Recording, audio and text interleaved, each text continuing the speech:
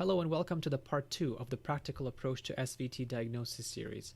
In part 1, we focused on building an approach to SVT tracings, formulating the differential diagnosis, and understanding the mechanisms of arrhythmia. In this video, I have a number of tracings and diagrams that will allow us to apply the concepts we learned in the first video. Let's dive right in. When approaching a tracing, never jump to a particular diagnosis. Always start with a general observation to frame the problem and the list of differential diagnosis. For example, this is a narrow complex tachycardia. We see the initiation, the termination, and several beats of sinus rhythm. I always encourage learners to first identify the problem, which in this case is narrow complex tachycardia, and always list the differential diagnosis, which is atrial tachycardia, AVNRT, AVRT, and junctional tachycardia. This narrow complex tachycardia initiates with a premature atrial contraction followed by a long PR interval. Then we see several beats of narrow complex tachycardia which do not have easily identifiable P waves and a termination. Now the question is, does the initiation with a PAC and a prolonged PR interval help narrow our differential diagnosis?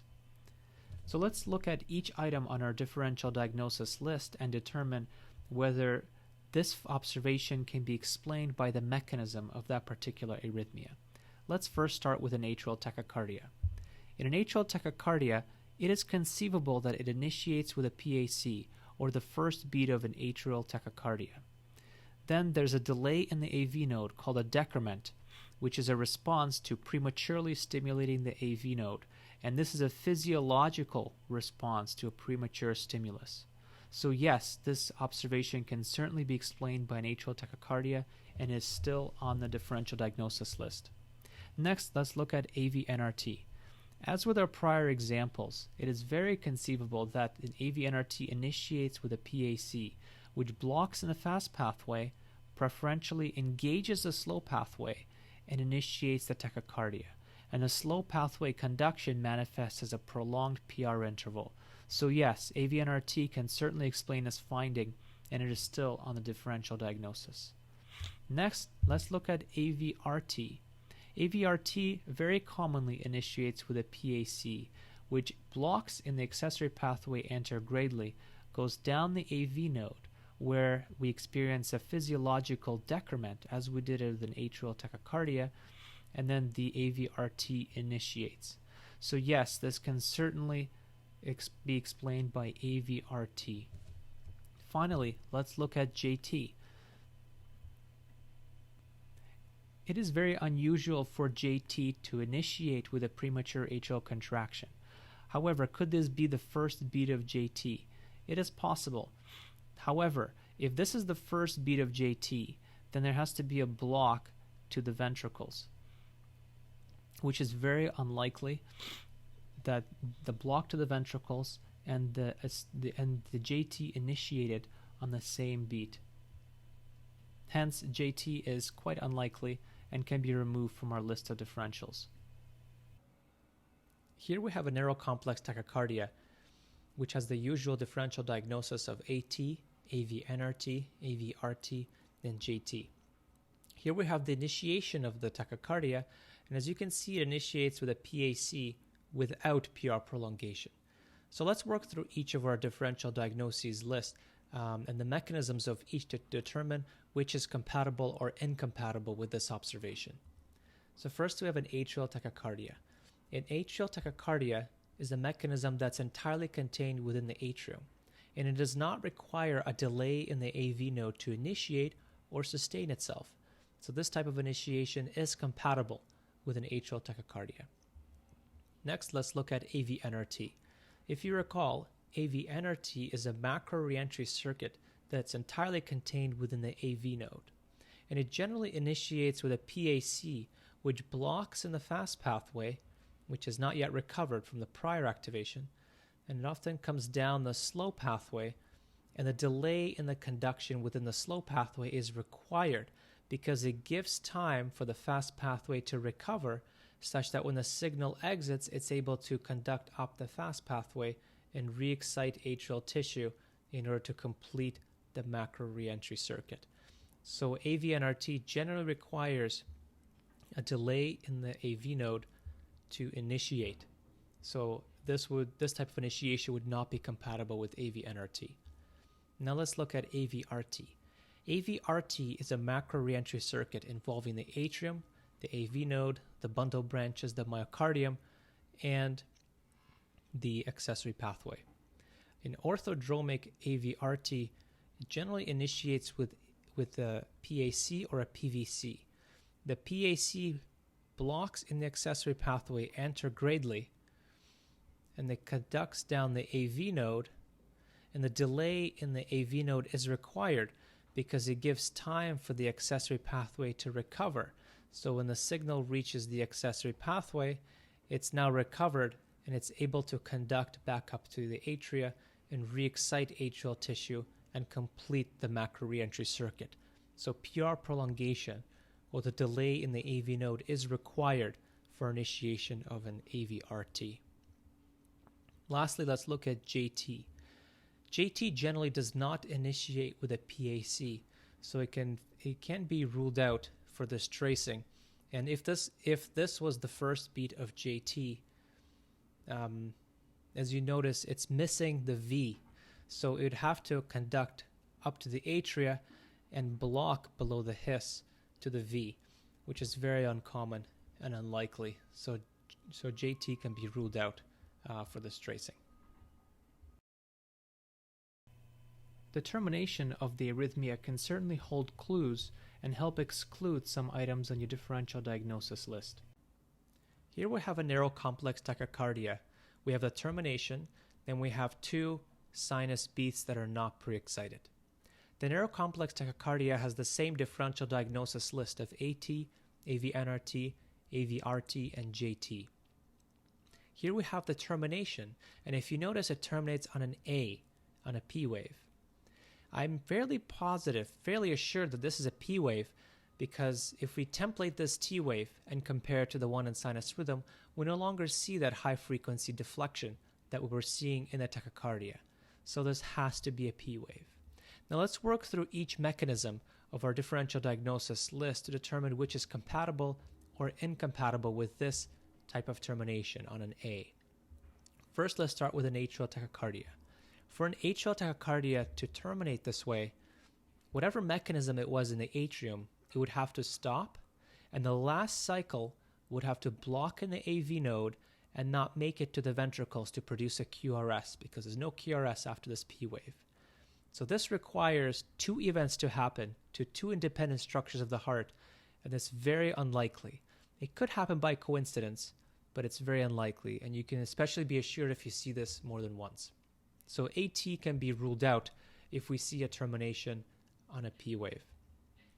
Next, let's look at AVNRT. In AVNRT, for it to terminate on a P wave, there'd have to be an anterograde limb and a retrograde limb, and the signal would have to exit to the atrium to make a P wave and block in the anterograde limb of the AVNRT circuit. So this is compatible with AVNRT, and AVNRT can certainly and often does terminate on an A. Next, let's look at AVRT. For AVRT to terminate this way, you would have to come up the accessory pathway to make a retrograde A and block in the AV node such that there's no QRS following this A. This is compatible with AVRT. Finally, in JT, for this to be JT, the JT focus would have to come down, make a QRS, and retrograde come back up via slow pathway to make a retrograde P wave. So this is compatible with JT, but it would have to be JT that conducts retrograde up the retrograde slow pathway, which requires two explanations. And since JT is quite much less common, we can put it way at the bottom of our differential diagnosis list. So therefore, to summarize, termination on an A, especially if it happens more than once, you can rule out an atrial tachycardia. Here we have a narrow complex tachycardia, which has the same differential diagnosis list as the rest. And as you can see, we have a termination and we have one beat of sinus rhythm on the right. And as you can see, this narrow complex tachycardia terminates on a V. Okay, it's a QRS and there's no P wave that follows it. whereas the others have P waves. So go ahead and work through each of the items on a differential diagnosis list to see which of them is compatible with this type of termination. After you've worked through this exercise, you'll find that JT can be excluded on the basis of this termination, but all the other mechanisms are still in play. Because for this to be JT, this last cycle would have to come down, make a QRS, and retroconduct up the node and block in the node and not make it to the A, which requires the JT focus to stop, but also requires the AV node to block retrogradely, which are two events that are unlikely to happen on the same beat. So JT can be fairly safely ruled out, especially if this happens more than once. Next, let's talk about the concept called VA linking. Here we see two sinus beats and initiation of a narrow complex tachycardia, which has the usual differential diagnosis of AT, AVNRT, AVRT, and JT.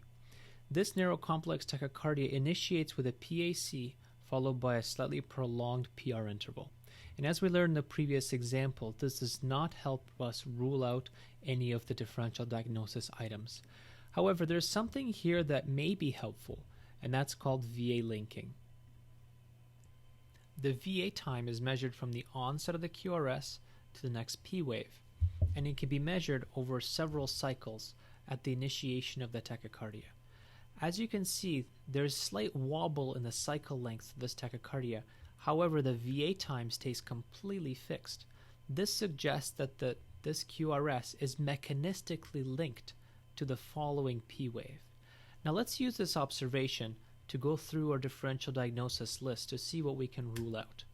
In a case of atrial tachycardia, each cycle initiates with an atrial focus, then you have an atrial activation that produces the P wave, which then conducts to the ventricles and activates the ventricles to produce the QRS.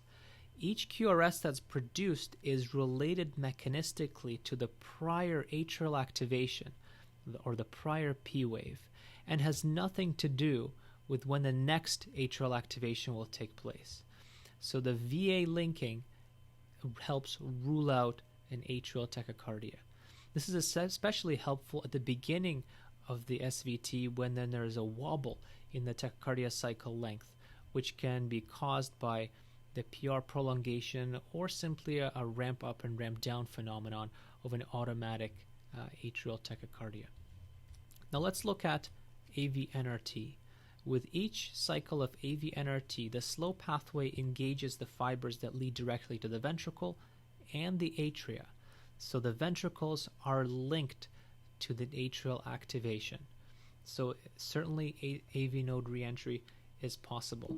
Now let's look at AVRT. With each cycle of AVRT, the signal goes through the AV node, makes a QRS, and then comes back up and activates the atrium. So each P wave is mechanistically linked to the prior QRS. So VA linking is possible in AVRT. Now let's look at JT. With each beat of JT, there's a signal that goes up to activate the atrium, and there's a signal that comes down to activate the ventricles. Both of them are linked together as well. So presence of VA linking does not exclude JT. So the only thing that is excluded by VA linking is atrial tachycardia. In this particular example, the VA is not linked. Go ahead and work through each of the differentials to determine what can be ruled out.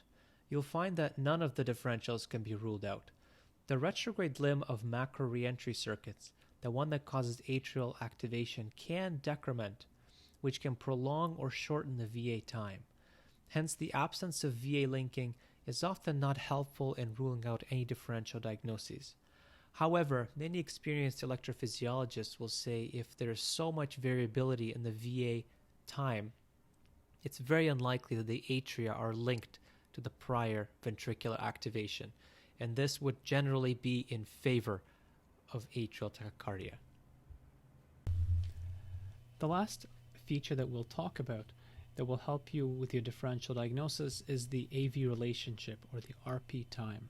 The RP can be very short and almost so short such that the QRS and the P wave are overlaid on top of each other and you get the summation of the waveform. The RP can be slightly longer but less than half of the RR cycle length, and in this case this is considered a long RP tachycardia where the RP is much longer than half the cycle length. Here we have a narrow complex tachycardia which has the usual differential diagnosis list.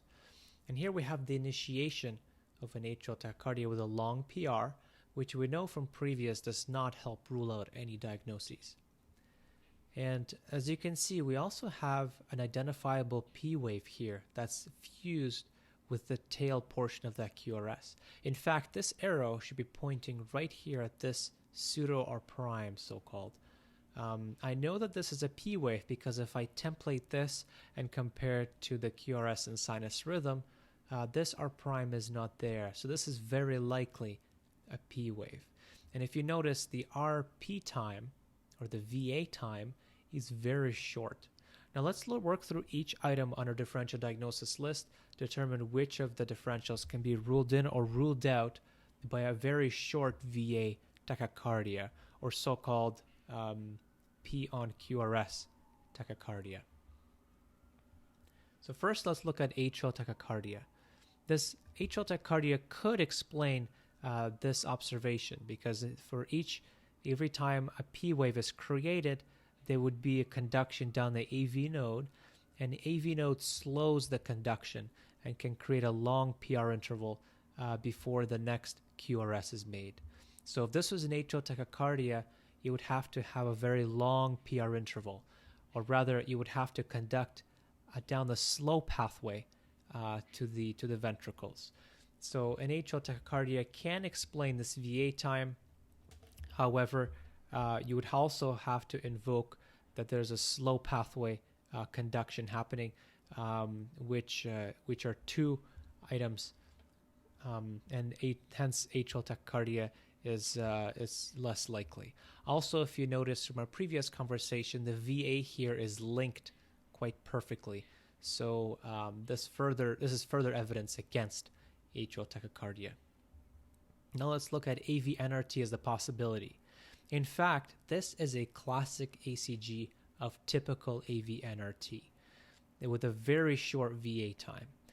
With AVNRT, every time there's slow pathway conduction, the signal exits the slow pathway and it simultaneously conducts down to the V to make a QRS, and at the same time simultaneously conducts up the fast pathway retrogradely to the atrium. So the V and the A are activated simultaneously. So in typical AVNRT, the slow fast variety generally has a very short VA time. So it's an A on V tachycardia. And this is a very classic and the most common differential diagnosis item. So AVNRT would be at the very top of the differential diagnosis for this narrow complex tachycardia. Now let's look at AVRT.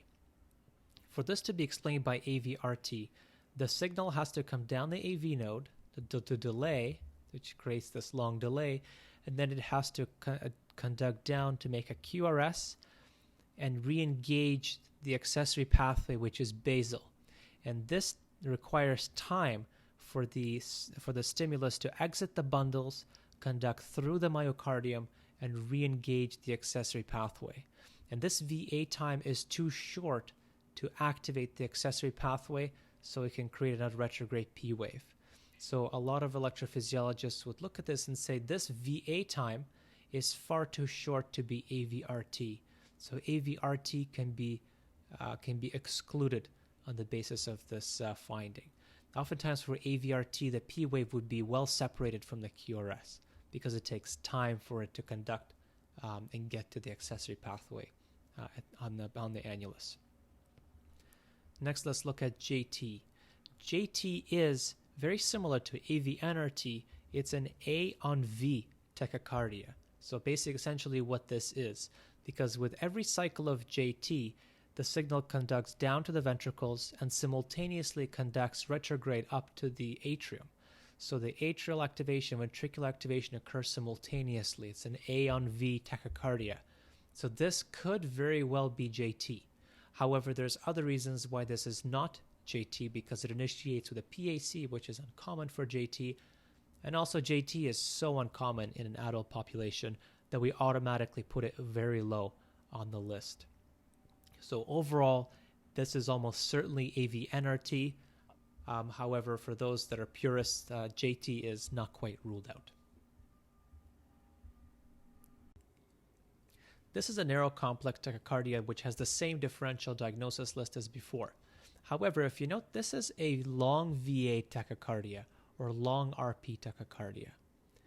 Now let's work through each of our differential diagnoses to determine which is ruled in or ruled out on the basis of this finding. First is atrial tachycardia. For this to be atrial tachycardia, there have to be a P wave and a QRS follows right after it. Some would say that this is a very short PR interval, almost too short to conduct to the ventricles. However, it's still a small possibility, so we'll put atrial tachycardia very low on the differential diagnosis list. Next, let's look at AVNRT. This is not a typical AVNRT, because in typical AVNRT, there would have to be an antegrade slow pathway and a retrograde fast. And if you recall, the retrograde fast activation and conduction of the ventricles happens at the same time. So this is a V on A or an A on V tachycardia. And here the A is well separated from the V. So this can't be a typical AVNRT. This could be any of the atypical varieties with various slow, fast, slow configurations. And the atypical AVNRT, the P wave can turn up at anywhere within this cycle. So atypical AVNRT is not ruled out on this tracing. Next, let's look at AVRT. For this to be AVRT, the signal will have to come down the AV node, make a QRS, and then there's a long delay after the QRS is created to the next P wave. So this pathway would have to be very slowly conducting and often decremental for it to take so long to create a retrograde A. So AVRT is possible, but you would have to invoke a slowly conducting accessory pathway. And also this would have to be a physiologic PR interval. Next, let's look at JT. For this to be JT, from the time the QRS is made, from the time the retrograde P wave is made, it's a very long interval. So the JT would have to conduct retrogradely up the slow pathway. So this is very unusual RP configuration for JT. If you recall, JT is usually an A on V tachycardia. So A and V happen simultaneously. So JT is possible, but unlikely. If you note that we went through all of these differential diagnoses, and we haven't really ruled any of them out. Hence the conventional short RP or long RP classification doesn't help us with the differential diagnosis list. However, a very short RP, an A on V tachycardia, is definitely helpful because it helps rule in AVNRT, rule out AVRT, and JT is still in play, but it would have to be very low because it's so uncommon. To summarize, an effective approach to arrhythmia interpretation is to initially identify or frame the problem. For example, this is a narrow complex tachycardia. Then present the differential diagnosis like we did, and play out the mechanism of each differential against the tracing to see what can be ruled out. I've given you a number of tools you can use, such as initiation, termination, VA linking, and AV relationship. However, these are not exhaustive. There are other observations or tools that you can make with which you can play out the mechanisms of each arrhythmia to see what is compatible with this particular observation. Thank you very much for your time, and I hope you enjoyed this presentation.